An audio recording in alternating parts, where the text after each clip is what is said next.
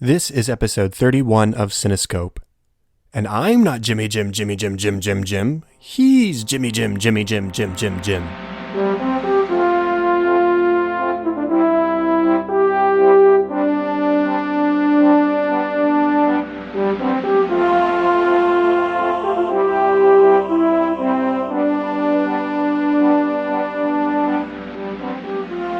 Welcome to Cinescope, where our goal is not to criticize or to assign ratings, but rather to celebrate the movies we love, exploring story, characters, music, and relevance to the world around us.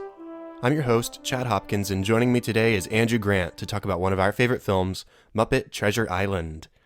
Andrew, how are you doing? I'm doing all right, Chad. I'm doing all right. Good to hear. We've been trying to make this episode for a couple days, and we've both had busy schedules, but it's one of our favorite movies. We've mentioned it before. It's one of our sort of staple movies from college especially, and it was always a movie that we popped in just to have a good time watching something together. Yes, I remember doing that multiple times. It was always good to just sit back and relax and watch good old Muppet Treasure Island. Yeah, so how about you just remind everybody out there who you are? You were last on the How to Train Your Dragon episode back before Christmas. Who are you, and what's our friendship?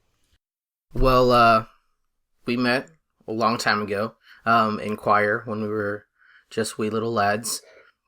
We've been in school and best friends ever since. We were roommates together in college and come full circle, and we're roommates right now.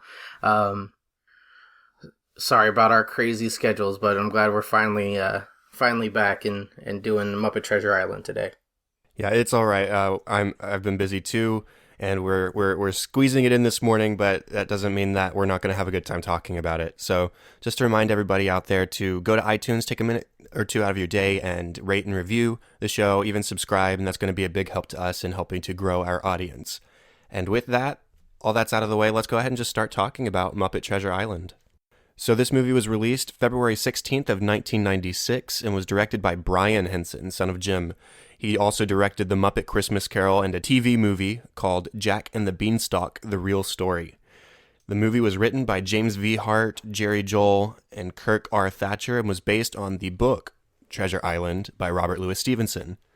The music is by Hans Zimmer, surprise, surprise, who also composed the scores for The Lion King, the first four Pirates of the Caribbean movies, Gladiator, The Last Samurai, The Dark Knight trilogy, and Interstellar, but the songs were composed by Barry Mann and Cynthia Whale, and their team who have together also composed songs like Here You Come Again for Dolly Parton, and Rock and Roll Lullaby for B.J. Thomas, and Somewhere Out There with James Horner from the American Tail movies, and then You're My Soul and Inspiration and You've Lost That Love and Feelin', both with the Righteous Brothers.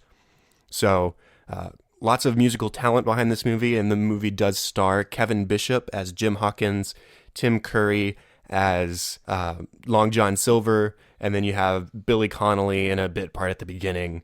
And then the Muppet performers are the usuals: Steve Whitmire, Dave Goelz, Jerry Nelson, Frank Oz, Kevin Clash, Bill Beretta, John Henson, Louise Gold, and Don Austin.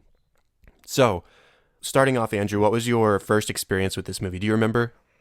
I vaguely remember. I'm fairly confident we saw it in theaters. My family is definitely Muppet people. We love the Muppet movies. We try to watch A Muppet Christmas Carol almost every year when it comes on. So I grew up with the Muppets, and I definitely enjoyed watching Muppet Treasure Island, even when I was young. And quite honestly, I didn't know most of that information about the composition. I did know Hans Zimmer wrote the music, but when you have people who did Here You Come Again and some of the Righteous Brothers work, that would definitely explain why I have a definite liking of Muppet Treasure Island. Because even with most of the Muppet movies, it's one of my favorites, even within the Muppet category. Yeah, both of us sort of have a predilection for that old 1970s and before music. That can't really be explained, but that being said, we're very familiar with that duo's music now that we know who they are, and they really make a good fit for this Muppets movie, and we both love the music here.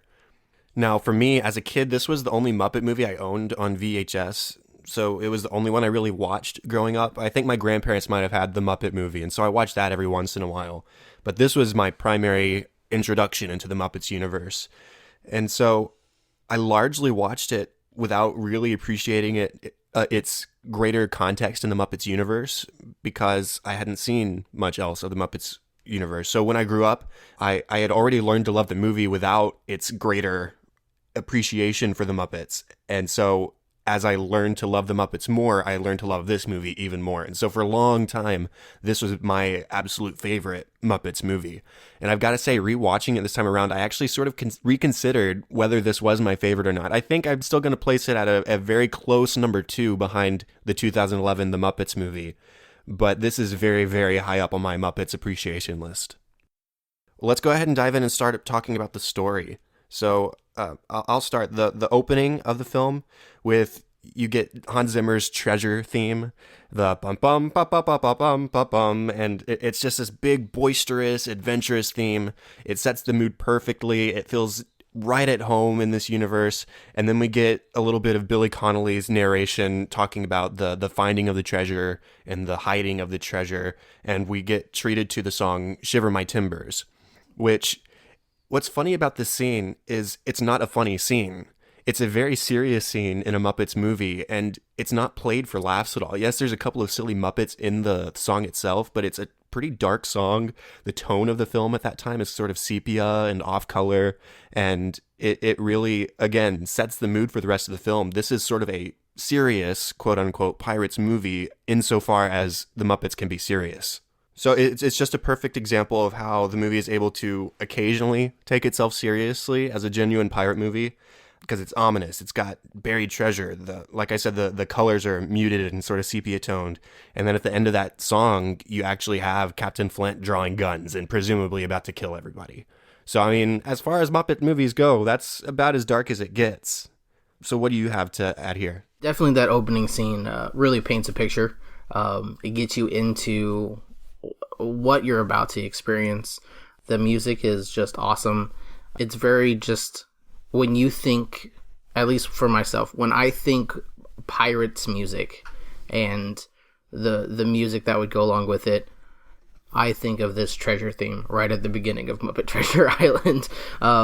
It's probably, it just fits so well with what's happening, and you definitely know that you're in for a fairly serious, especially for the Muppets, a fairly serious movie, but you know that you're going to enjoy it because it's even in the beginning with its seriousness, there is a bit of, there's always that comedic value that you come to expect from any Muppet movie.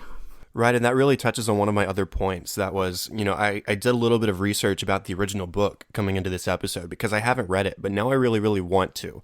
Because what the Muppets did here, and the team behind the film, they so cleverly adapted that original book into a Muppet film.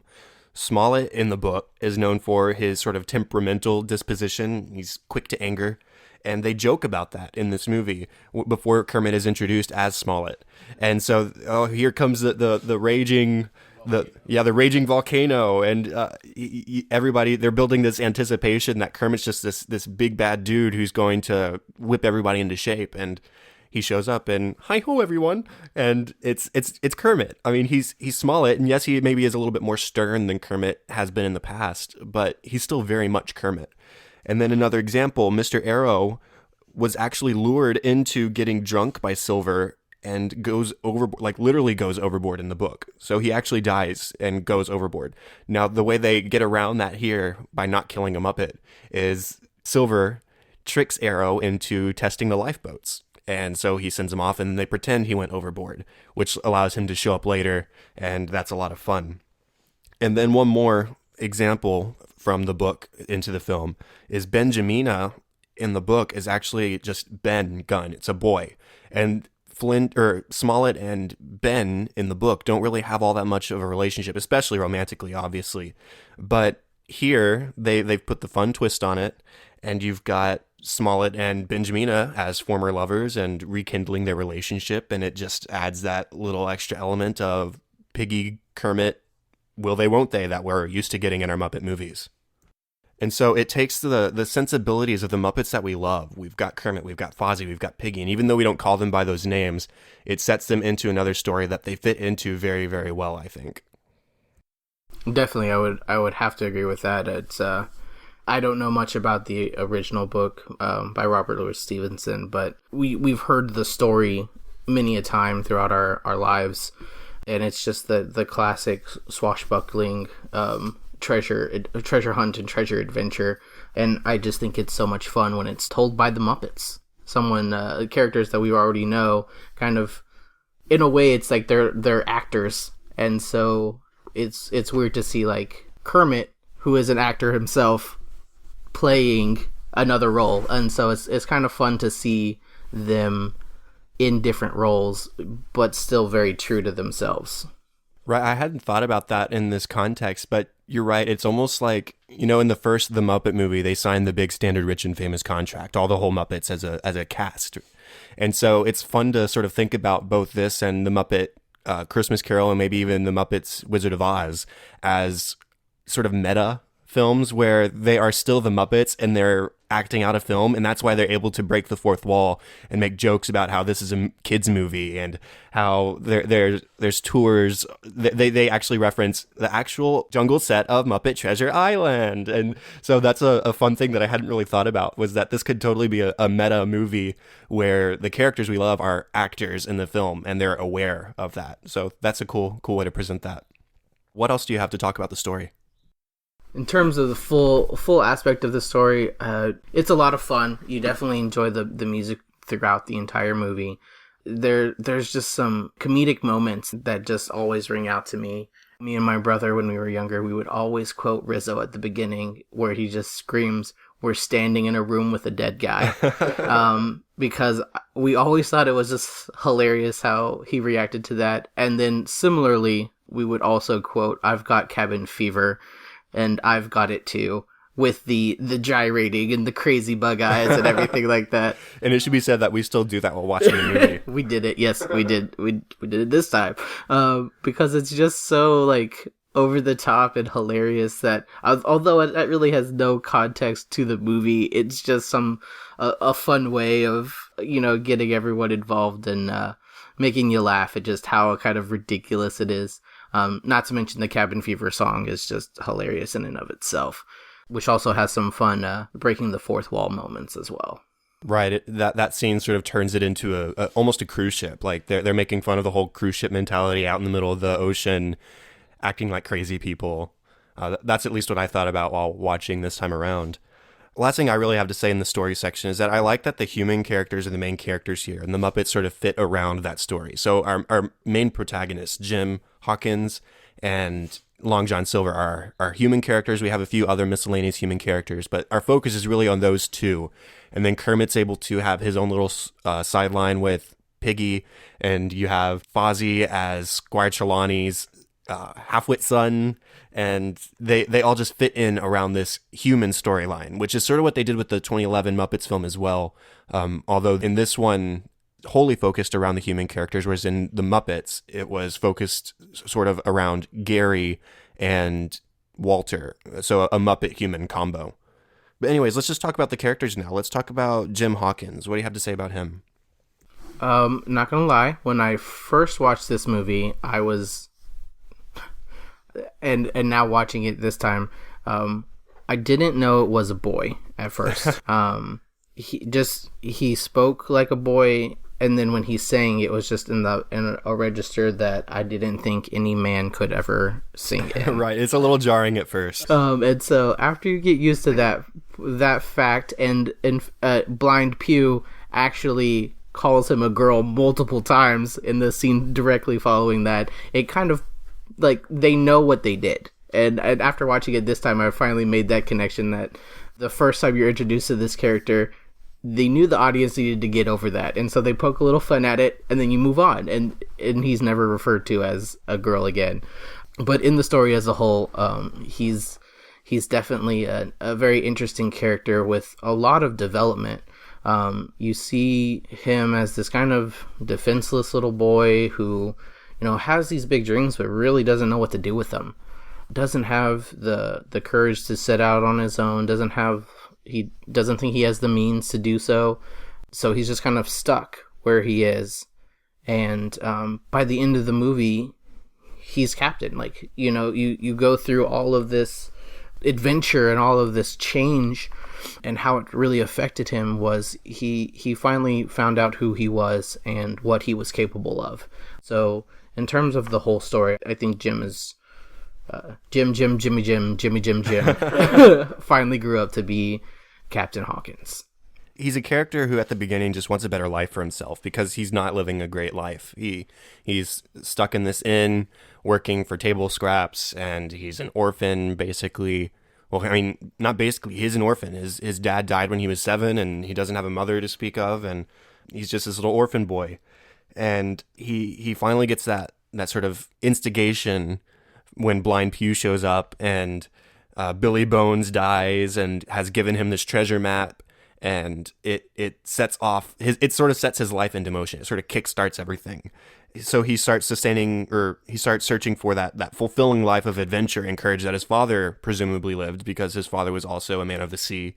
And that way he's not spending every afternoon just getting dishpan hands. And, his lack of a father figure really sort of makes him vulnerable to Silver's manipulation, which I think is an interesting part of his character. Is one, Silver is a likable character, and we'll talk about that.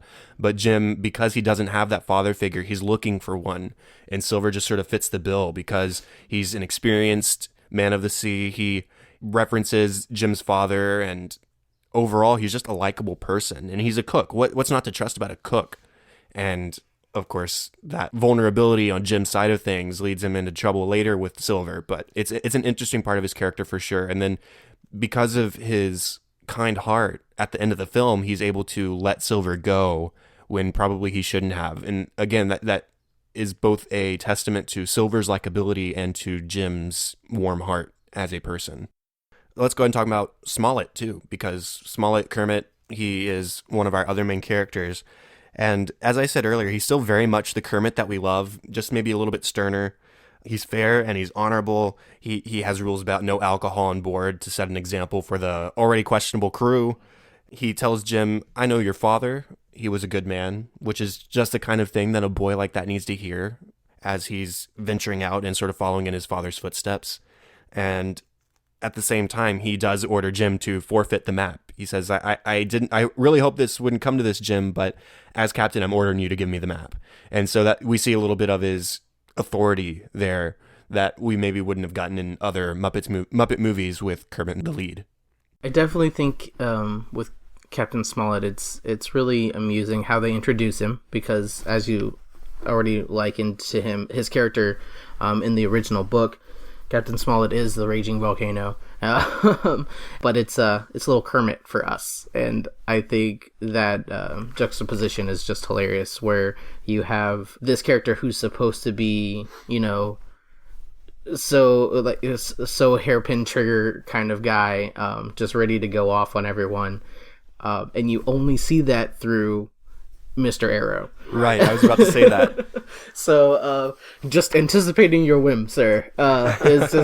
It's so funny to see Kermit even try to take on a role like this, where he's supposed to be so intense and so stern, because he's Kermit, and in the end, he is a pretty soft character throughout the entire movie, very caring and very trying to do what's best for the crew, even when he realizes that Long John Silver has, the map and is, ready to take over and everything like that. He's just like, well, I guess we'll be safe, and tries his best to keep those who he knows are, good people trying to work with him safe, and still wanting to get the treasure in the end. We'll just come back in a year. The fight will be out of them by then. Right. I think it's a very interesting story, and then of course our love led us here between Smollett and Benjamina is one of our favorite songs, just to sing as high as possible. Yeah, we usually start that song off as a duet. We do the parts, and then it just turns into us obnoxiously singing like Piggy. I would argue that it starts with us obnoxiously singing, but it's always great fun, and that was always a fun part of his storyline is the Benjamina and Captain Smollett. We always enjoyed that aspect of these movies. Right, you can't really have a Muppet movie without the Piggy Kermit will they won't they kind of thing. And so that's part of the softer side of his character here, the commitment issues that we see from Kermit pretty often, the cold feet, as it were. And it takes hanging upside down on a cliff singing Love Let Us here for them to really, truly rekindle their relationship. And we get that funny montage during that song of them singing the song while hanging upside down with Silver and crew going crazy over finding the gold.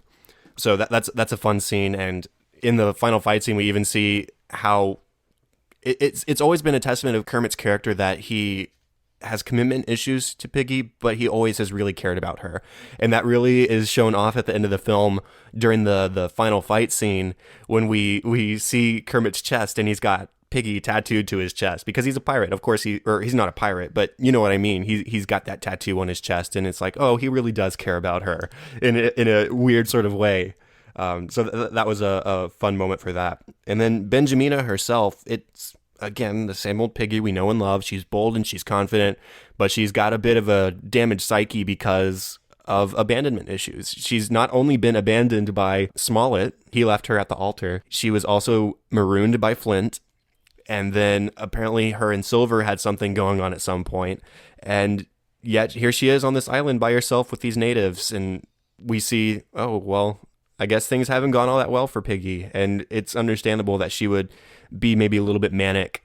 In the book, I believe Ben Gunn has gone crazy being marooned by himself on this island. So it's a different way of approaching that, where Piggy Benjamina wasn't going mad just because she was by herself. She was going mad because she was left behind. So let's talk about Long John Silver, because he's one of my favorite characters in this movie. And that's a testament to Tim Curry, who is perfect in this movie. He is the likable Tim Curry that we know. He's also the vindictive pirate that we like from him. I mean, he's just all around great, and I love his singing parts in this. Even though he's not like an all-star singer, he fits the bill. He's just a great Long John Silver. I would definitely agree. I don't know much of Jim Curry's work besides the the creepy guy in Home Alone, who's at the hotel, but but I definitely enjoy him in this movie and always have, especially the what's the pirate song? Professional Pirate. Oh yes, especially in Professional Pirate, where he's just laying down the rules of what it's like to be a pirate. Upstage, lads, this is my only number. Of course, that beautiful breaking of the fourth wall that we love from the Muppet movies. Show him you've been practicing. Exactly. I think it's hilarious. He's definitely that perfect Long John character, the one who you want to trust so badly, and the one you know has it deep down in him to be a good person. And we finally see that at the end, is that when Jim's about to blow the whistle on him, and he threatens to kill him, Long John threatens to kill Jim. By the end, he's just like, I can't hurt you. I've always liked you, Jim. And so you see that there was a true connection between Jim and Long John. He's not just the con artist that, he kind of plays through the movie. He's not that manipulator all the time. He definitely has his manipulations, even when he talks himself out of getting the black spot, right. Which is a huge turnaround. His entire crew wants him dead, and he makes them feel like crap for it. Right. And so, he's just this he's this fast talker con man in the original sense, and you never really trust him, but for some reason you always want to, and that is where that casting came in fantastically, because throughout the entire movie, whenever Jim Curry delivers that line, or Tim Curry, got some things mixed up. Whenever Tim Curry delivers his lines, you're just like, you know what, maybe it's gonna work this time. He's gonna come through this time. He plays that middle ground so well throughout the entire movie. So I definitely appreciate his character throughout. Yeah, he's a good example of a bad character who's not all bad. And we get a couple of hints of that towards Jim specifically throughout the movie. The first of which being when they've sort of kidnapped Jim. They're on the island about to go searching for the treasure.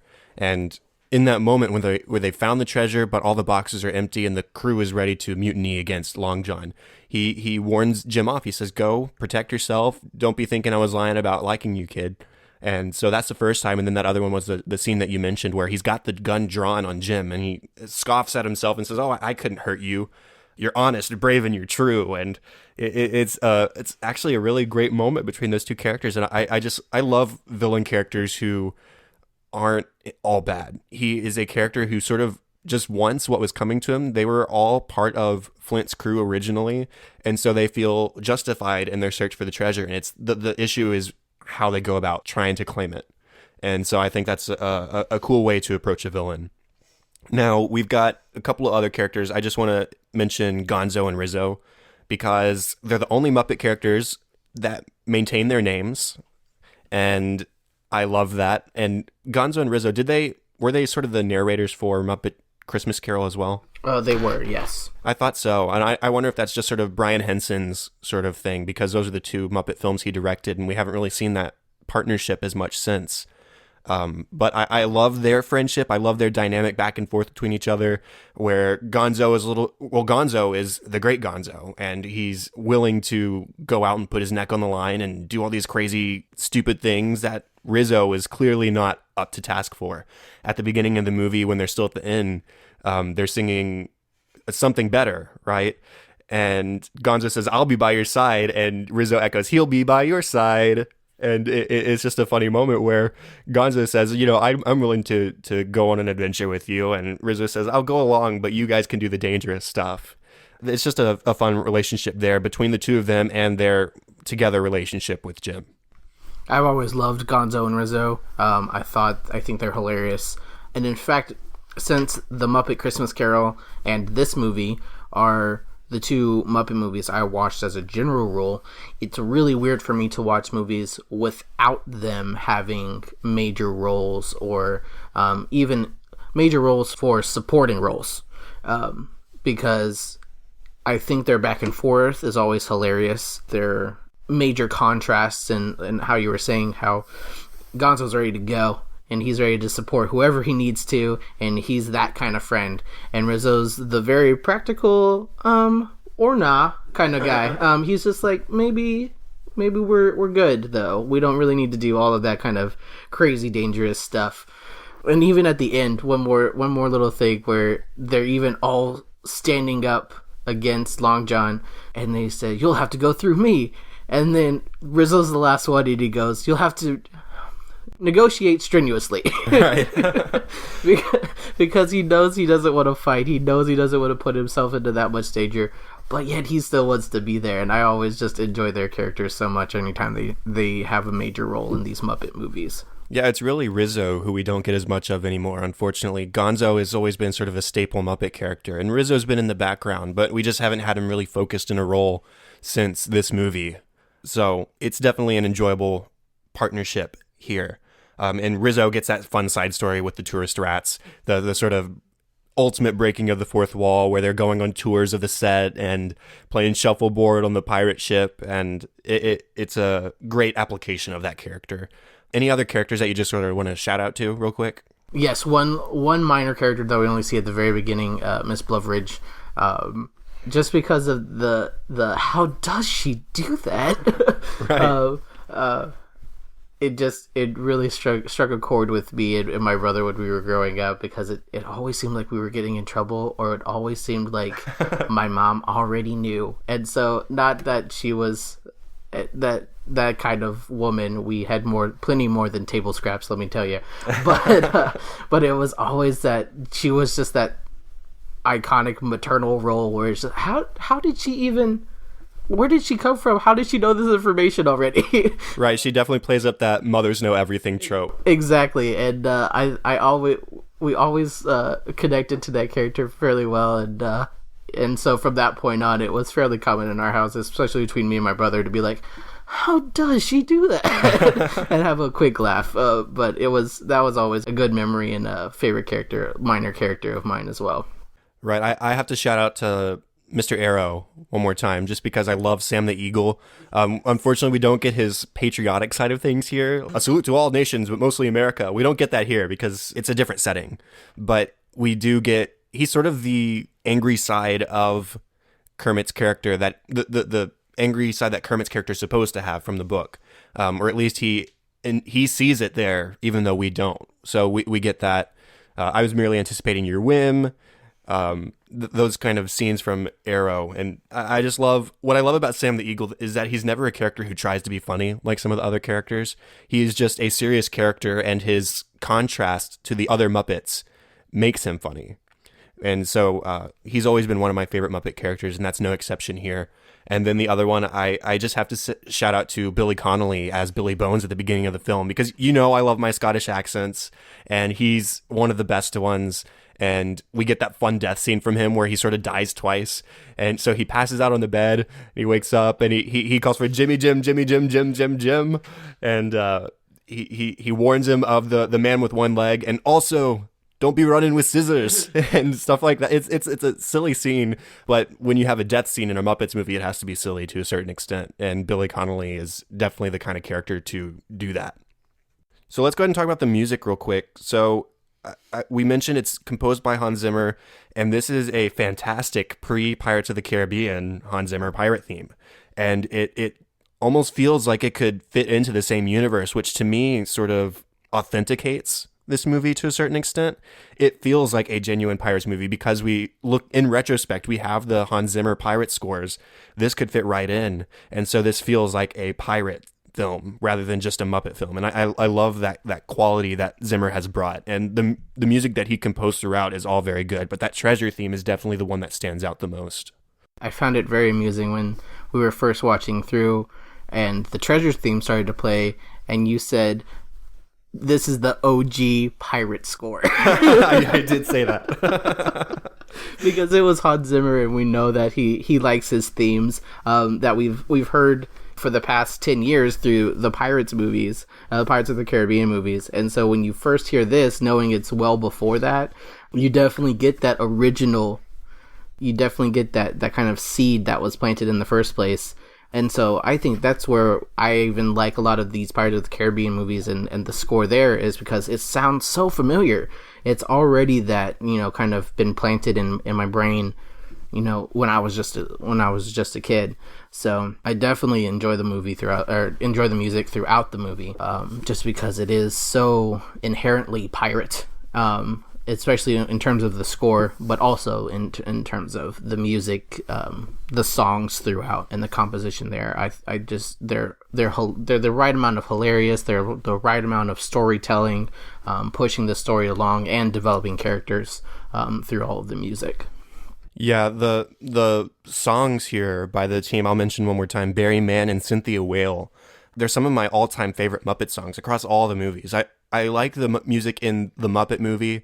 I like a couple of songs over the following films of Great Muppet Caper, Muppet Takes Manhattan, but the music here, and to a lesser extent Muppet Christmas Carol, and then especially the Muppets and the Muppets Most Wanted, those are the films that I really take music away from. But here is one of my all-time favorites. I can sing along to probably every song. I'm sure you can too, just because it's been a part of our lives since childhood. And so it's always stuck with me.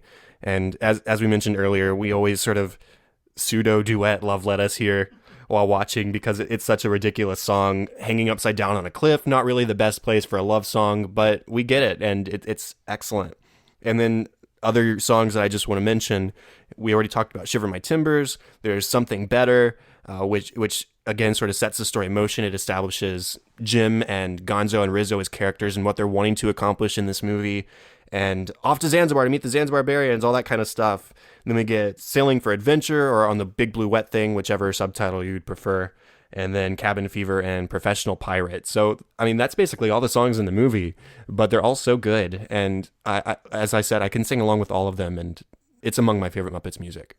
I'm actually surprised by that list because I feel like they're singing 90% of the movie. Just because I think of this movie and I think of how the story progresses, I can only skip from song to song. Right. So I actually thought there was a lot more singing in this movie than there actually is, but it's just because I've been so programmed to I've been singing those songs over in my head for so long that I actually forget a lot of the little middle bits there, even though they have their merit and there's a lot of great storytelling, not through the music, but I can't imagine this movie without Cabin Fever or Professional Pirate because they're both one of my all-time favorites, and I just think they're hilarious. And in fact, I found something out watching this through with subtitles is that the German part of the German part of is it Cabin Fever? Of Cabin Fever, and they're just saying a bunch of random German words. Right. And in fact, one of the lines is just Volkswagen car. Right. And even when I was growing up, my parents spoke a little German, and so I knew that they weren't saying a sentence, but I never realized that it was so blatantly that they weren't actually, they were just saying a phrase in German. Right. And just watching through it this time, it was just another little nugget that I never even noticed, and I thought yet again it was hilarious.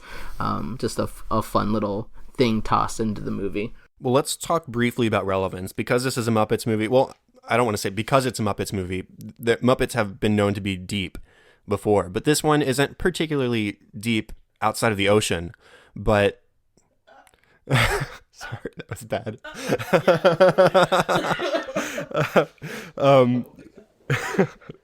But there are a couple of decent lesson takeaways from this movie. One, bad guys aren't always all bad. We've got Long John Silver, who is a decent character in some respects and has just sort of lost his way in searching for the things that he wants. And then you have holding on to the people you love. In the case of Smollett and Benjamina, they've left each other and they've come back and they've really sort of rekindled that relationship that they had where, you know, if they just stayed together, they could have had a longer happy life up to this point. And they're just now sort of getting that started. And then just the idea of putting a little adventure in your life, taking chances and going out and having a little fun outside of just staying in one place and being bored with yourself. What else do you got? No, I definitely agree with that last one in particular. I think the biggest growth you see in the movie is through Jim going from, you know, insecure boy to fairly confident man, and all of the adventures that he takes and how they change him and how they stimulate growth and how they really can turn his life around. Because you see at the beginning of the movie that he so desperately wants change, but nothing really comes of him just wanting it. And of course, I'm pretty sure, I'm going to go out on a limb here and say that Muppet Treasure Island isn't promoting that you burn your house down in order for you to go on a grand adventure. It is simply saying that there are these things in life that can be seen as disasters, but are really just the starting point of something much greater. And we see Jim really take advantage of that kind of situation, where he could have sat there and said, now I can't go on an adventure, and I don't have a home, and I'm already an orphan. And he could have just gone into that spiral of, I'll never amount to anything, and now I don't even have a house. He was just like, well, since we don't have a house anymore, I guess we should go on an adventure. Right. And so it was a very interesting way of thinking, but you see that throughout life, is there are some things that may seem like they're disasters, but they're really blessings in disguise. And Jim really takes hold of that and runs with it. And I think following that storyline is where you get some of the deepest relevance throughout the movie, and how, you know, finally committing to something and finally going out there and starting that adventure is what will change you for the better. I agree. And I do want to just focus on one more scene before we sort of close off. It's the scene we already referenced. It's at the very end of the film where they're on the pirate ship. They've left Treasure Island and Long John is trying to escape on the lifeboat full of treasure. And as I quoted already, Long John says, "You're honest, brave, and true. You didn't learn that from me." And so Jim had earlier in the film set Silver a little bit on a pedestal and said, this is the guy on the ship that I really want to be like. Smollett was there, but Smollett wasn't necessarily like a father figure to him at the start of the film. He was just the captain, and he was asking Jim to do things he sort of really didn't want to do, like hand over his treasure map.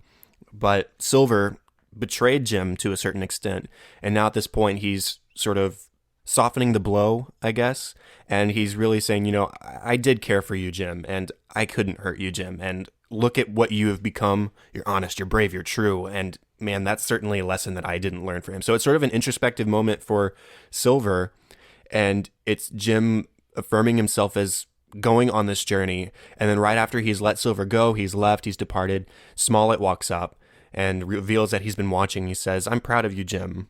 Your father would have been proud." And in that moment, Smollett becomes the father figure that Jim was so desperately hoping for. And so it's a three-way development. You have Silver recognizing that he's not the role model that he sort of wishes he was. You have Jim realizing that he's gone on this journey throughout the film, and then you have Smollett stepping into the father figure role that Jim needs. And so that's one of my favorite scenes in the movie. No, definitely, it speaks a lot about the character development throughout the entire movie. That you see that there is that little bit of hope that Silver can't kill Jim, that he does honestly care for him and wants the best for him, and in a way his leaving is what is best for Jim. And I think Jim realizes that, and he doesn't really wish ill on Long John because he was that kind of mentor right when things were the scariest. He was able to get his sea legs, if you will, on really going out on this adventure, and that is the one thing really that Silver provided. But when it came to truly mentoring in terms of what is the right thing to do and what is the wrong thing to do, Jim had to learn that for himself because he couldn't follow after Silver's model. And I think that's what Smollett recognized and commended Jim for toward the end of the movie there. Definitely. Any closing thoughts on the movie as a whole? Besides, I love it. Not much. I just there's always some new little nugget that I find every time I watch the movie. You get the same laughs every time. Rizzo freaking out that there's someone they're standing in the room with a dead guy is always hilarious. Cabin fever is always hilarious, and I think that's just one of the things that's so inherently Muppet about this movie is that the jokes, the punchlines, the words to these songs, and yet when you listen to them over and over and over again, you still find yourself smiling, and you still find yourself singing along, and you still find yourself laughing and rolling on the floor because it is just so, it's ridiculous, it's fun, it's meaningful, and I think you buy into that every single time. I know I sure do. Yeah, and I'm curious. I have an idea, but what is sort of your ranking of this movie with the others? I would guess that you've probably got the Muppets, Muppet Treasure Island, and Muppet Christmas Carol in your top three. I just don't know the exact order, so could you maybe shed some light on that? Sure. I would have to say Muppet Treasure Island is probably number one, followed by the close second, the Muppets, and then A Muppet Christmas Carol. Because although I love all of them, and they're, thousandths of a percent away from each other, I would have to say that Muppet Treasure Island squeaks by in the top, and then it goes the Muppets, and then A Muppet Christmas Carol. They all have their differences, but this one is just, I always return to it. It was one of the first ones I was ever exposed to, one of the first ones I ever grew to love, and so it's hard for me to not love this movie. Right. For me, I already said that the Muppets is probably still my number one, but what really is a strength of this film and what a testament to how good it is it made me reconsider whether the Muppets really was my favorite or whether this one still held that place from my childhood.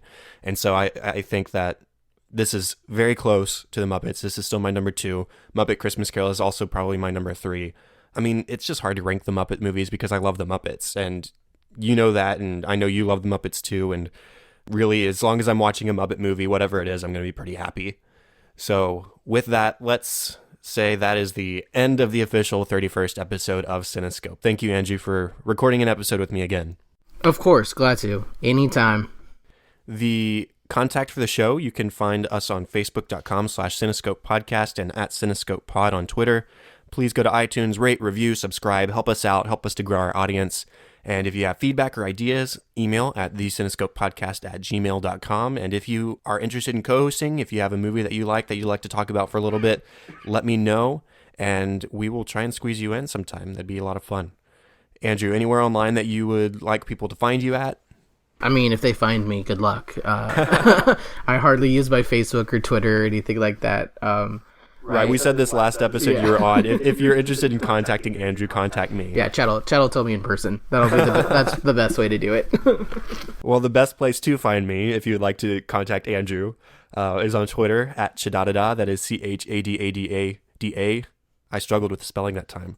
And then on facebook.com/chad.hopkins. And if I did misspell it, I'm not going to go back and fix it. It's in the show notes, which can be found at thecinescopepodcast.com. So go check those out. Talk to us. Let us know what you think about the Muppets. And that is all for this week. Thank you once again, Andrew. It's been awesome having you on the show. I'm glad to be here, Chad. And thank you, everyone, for listening to episode 31. I'm Chad Hopkins. This was Cinescope, and we'll be back next week with episode 32. Have fun and celebrate movies.